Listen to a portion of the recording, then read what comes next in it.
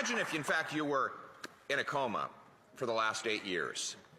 You would have gone to sleep in a country in 2015 where inflation and interest rates were rock bottom, taxes were following it faster than any time in Canadian history. The budget was balanced. Crime had just fallen 25% so that small-town folks could leave their doors unlocked. Our borders were secured. Our immigration system was uncontroversial.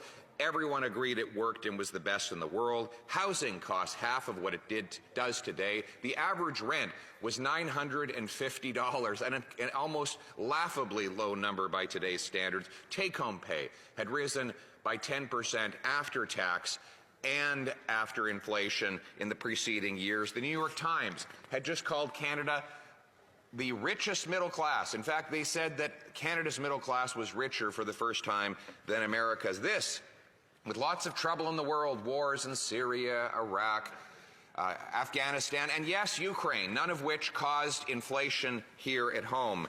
At the time, of course, we had Prime Minister Harper, who was able to keep inflation and unemployment low, even while the world suffered turmoil. But now you've awoken, 8 years later, to find a completely different place.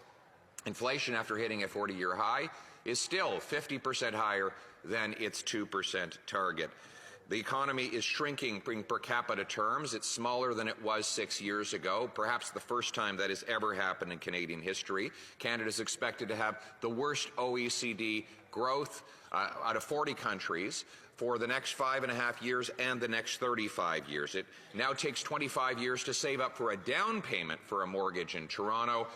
And many people have had their existing mortgages extended to 90 years and 120 years, meaning their great-grandchildren will still be paying it off. Houses in Canada now cost 50% more than in the United States. You can buy a home, a castle in Sweden for a lower cost than it is for a two-bedroom in Kitchener. Toronto is the worst housing bubble in the world. Vancouver, the third most expensive when comparing median income to medium housing prices.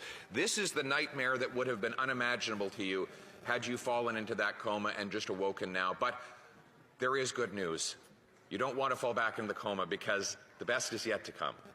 We now have a common-sense, conservative alternative that will axe the tax, build the homes, fix the budget, and stop the crime. We call on the Prime Minister to meet the premiers and talk to him about their desire to see the tax cut or eliminated altogether. Let us grant relief to our people now until there can be a carbon tax election where the people of this country will restore the common sense consensus that will allow anyone from anywhere to do anything, that their birthright is that with hard work you can afford a good home and good food in a safe neighborhood in the country we love, in this, all of our homes, your home, my home, our home. Let's bring it home.